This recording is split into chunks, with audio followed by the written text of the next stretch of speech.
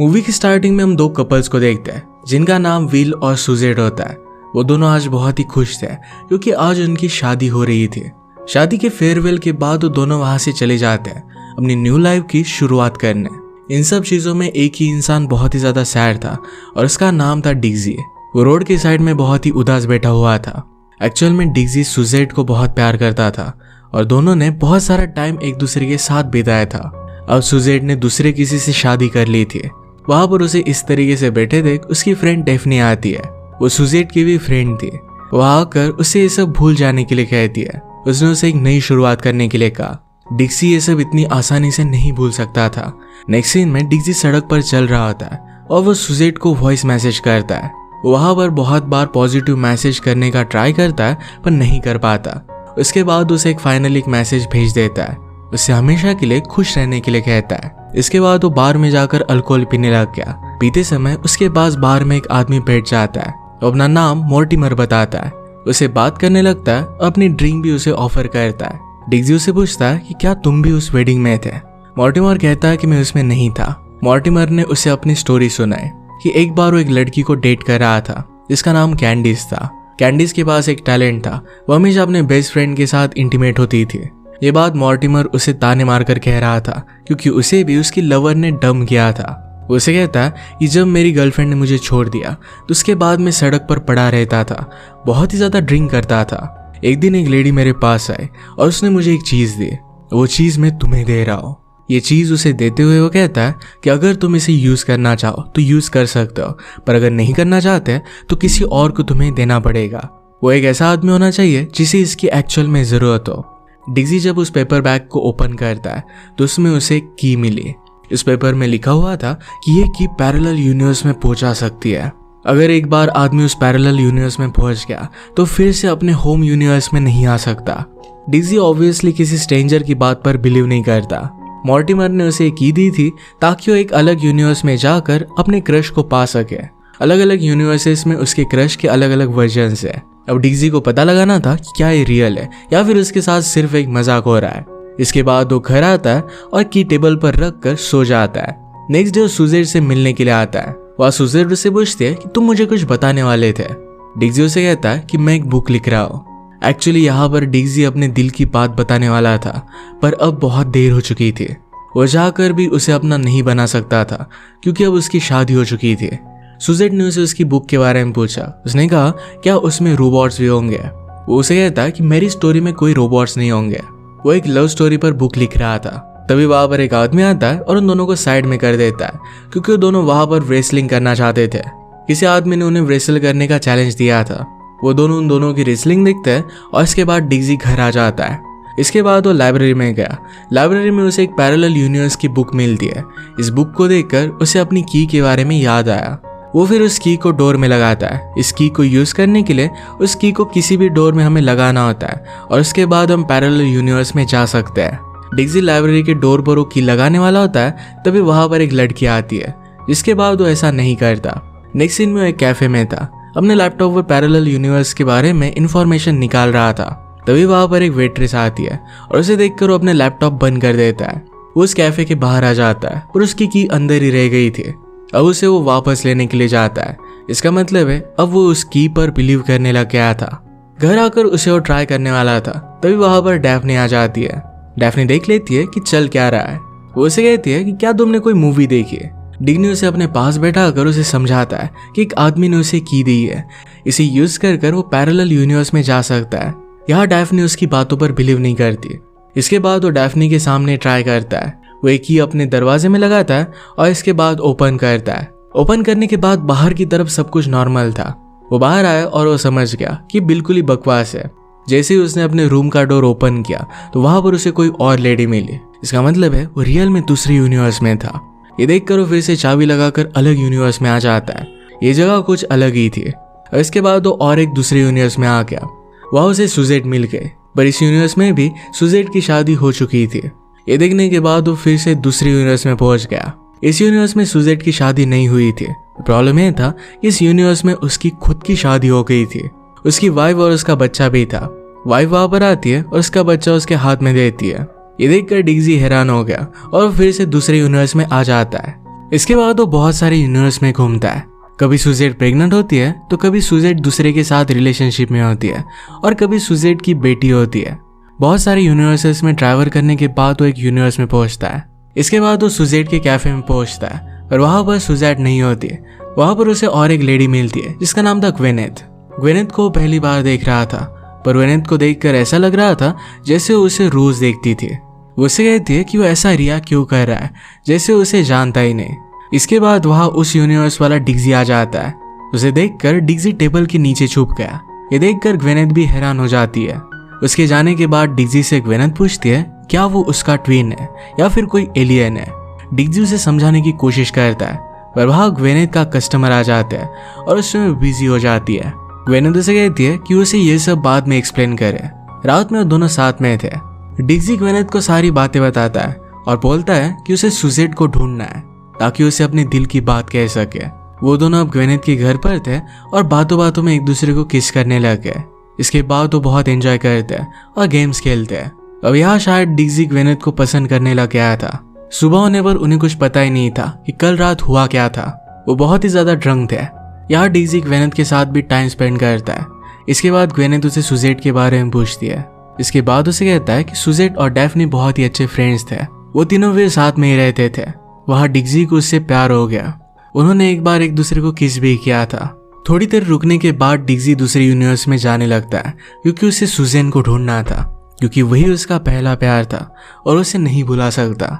दूसरे यूनिवर्स में आने के बाद वो एक स्विमिंग पूल के पास खड़ा होता है। तो वहां पर उस यूनिवर्स वाली डैफ्नी आती है। उसे देखकर गले लगा लेती है क्योंकि उस यूनिवर्स में उसकी डेथ हो गई थी। इसके बाद वो डैफ्नी के घर जाता है। डैफ्नी को थोड़ा थोड़ा समझ आने लग गया था। इसके बाद डिग्जी उसे पैरेलल यूनिवर्स के बारे में सारी बातें समझाता है। नेक्स्ट डे उसे याद आया कि उसे तो सुजेट को ढूंढना है। इसके बाद वो वहां से जाने लगता है, पर डैफ्नी उसे रोकने लगती है। उसे तो जाना ही था और इसी वजह से दूसरे यूनिवर्स का डोर वो ओपन कर देता है और बाहर आ जाता है। एक्सीडेंटली डैफ्नी भी उसके साथ उस यूनिवर्स में आ गए और गेट बंद हो गया। अब डैफ्नी को फिर से अपने यूनिवर्स में वापस जाने के लिए कोई रास्ता नहीं था। डैफ्नी अब सबसे पहले बात लेती है। इसके बाद वो दोनों बाहर आते हैं। डैफ्नी को देखकर ऐसा नहीं लगता जैसे उसे कोई फर्क पड़ा है। वो बहुत ही खुश थी। इसके बाद वहाँ डैफ्नी की क्लासमेट आती है जो कि इस यूनिवर्स में डैफ्नी के साथ रिलेशनशिप में थी। वो आते ही डैफ्नी को किस कर लेती है, जो डैफ्नी के लिए बहुत ही वियर्ड था। इसके बाद वो दोनों वहां से निकल जाते हैं और अलग अलग यूनिवर्स में साथ में ट्रैवल करते हैं। वो दोनों बहुत मजे करते हैं। एक दिन डैफ्नी उससे पूछती है कि तुम्हें सिर्फ सुजेट ही क्यों पसंद आई।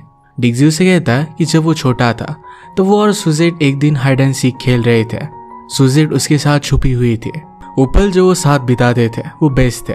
डिग्जी उसे पूछता है क्या वो ये सब करके बेवकूफ़ी तो नहीं कर रहे। उसे कहती कि ये सब तो बहुत अच्छा है। इसके बाद वो फिर से दूसरे यूनिवर्स में पहुंचते हैं। वह पार्टी हो रही थी और डैफ्नी पार्टी में बहुत एंजॉय करती है। डिग्जी उसे अपने साथ लेकर जा रहा था, पर वहां पर एक लड़का उसे उसके साथ नहीं ले जाने देता।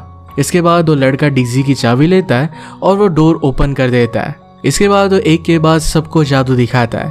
अब डिग्जी उसे बाहर धक्का देकर दरवाजा बंद कर देता है और चाबी लेकर वहां से निकल जाता है। इस बार डिग्जी और डैफ्नी सुजेट से मिलते हैं जो कि बारटेंडर थी। वो उन दोनों को जानती थी क्योंकि इस यूनिवर्स में वो कॉलेज के टाइम से फ्रेंड्स थे। तीनों फिर सेलिब्रेशन करने लगते हैं। डिग्जी यहाँ पर श्योर नहीं था कि क्या इस सुजेट को उसे डेट करना चाहिए या नहीं। इसके बाद वो बातें करने लगते हैं और वो बहुत सारा डांस करते हैं। इस सब के बाद थक कर डिग्जी सो जाता है। सुबह होने पर उसे उसके पास डैफ्नी मिली। वो उसे माफी मांगती है क्योंकि इस यूनिवर्स में सुजेट लेस्बियन थी। रात में वो दोनों इंटीमेट हुए थे। ये सुनकर डिग्जी की और एक उम्मीद पर पानी फिर जाता है। इसके बाद डिग्जी थोड़ा और सोचता है और गिव अप ना करने की ठान लेता है। इसके बाद डिग्जी वहां के यूनिवर्स से दूसरे यूनिवर्स में जाने वाला था, पर डैफ्नी इस बार उसके साथ नहीं आने वाली थी। उसे सुजेट मिल गई थी और उससे बहुत ही खुश थी। डिग्जी उसे लास्ट बार गुड बाय कहता है और फिर वो दूसरे यूनिवर्स में चला जाता है। इस बार वो बीच पर था। फिर वो अपने अपार्टमेंट में आया। उसे एक रूम के बाहर एक पैकेज मिलता है जिसे देने के लिए अंदर जाता है। उसे वहां पर सुजेट मिली।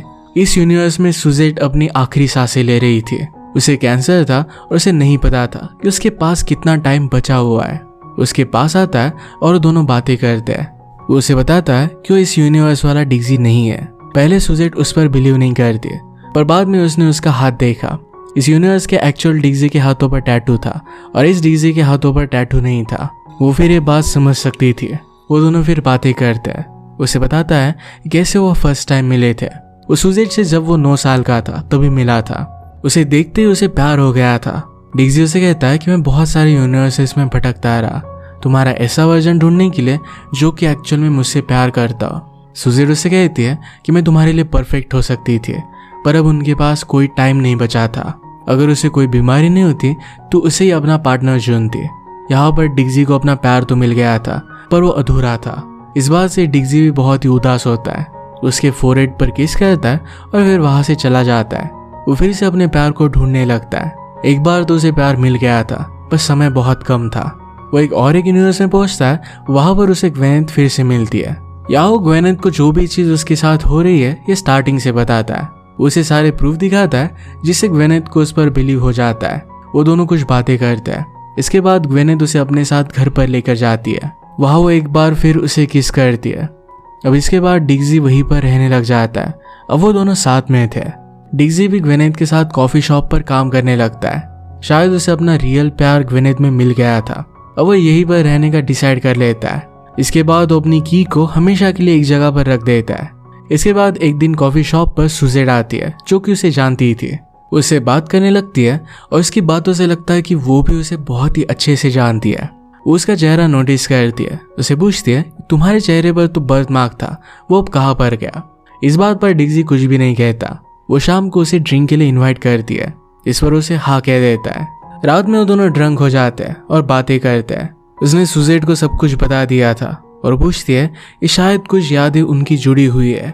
उसके साथ जो भी इंसिडेंट हुए थे ये सब कुछ बताती है, पर डिग्जी के साथ कुछ भी हुआ नहीं था। इसके बाद उसे और एक बात बताती है। उसने कहा कि वो और डिग्जी बचपन में हाइड एंड सीक खेलते थे। सुजेट हमेशा उसे अपने साथ छुपाती थी। डिग्जी उसे कहता है कि वो मोमेंट उसका फेवरेट था। इसके बाद डिग्जी घर आ जाता है और ग्वेनेथ से मिलता है। वो ग्वेनेथ के साथ ही खुश था। इसके बाद वो दोनों किस करते हैं और ग्वेनेथ उसके लिए एक सरप्राइज लेने के लिए अंदर जाती है। उसके अंदर जाने के बाद वहां पर सुजेट आती है।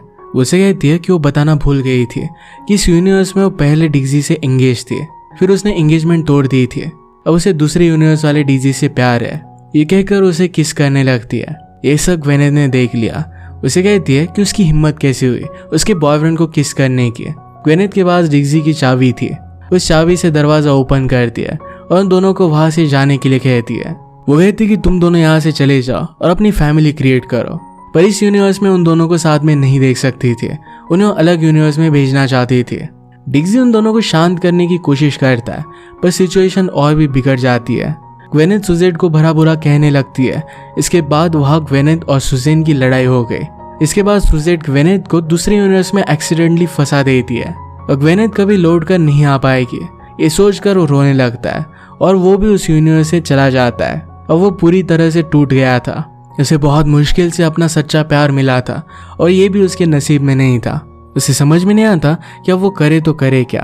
अब वो इसी यूनिवर्स में रहने का डिसाइड करता है। अपनी की को भी वो फेंक देता है। उसने अब अकेला रहना सीख लिया था। इसके बाद कुछ टाइम में वो वहां पर अपना सर्कल बनाता है, अपनी बुक को पब्लिश करता है। उसकी बुक अच्छे से फेमस होती है। उसने ये स्टोरी अपनी खुद की स्टोरी पर ही लिखी हुई थी। वो अपनी लाइफ वहीं पर ही जीना सीख गया था। वो एक लाइब्रेरी में गया और जब वो वापस आया तो बाहर वो फिर से ग्वेनेथ को देखता है। उसकी तरफ मुड़ा और यही पर मूवी एंड हो गई। इस यूनिवर्स में भी एक ग्वेनेथ थी। उसे देखकर वो बहुत ही खुश था।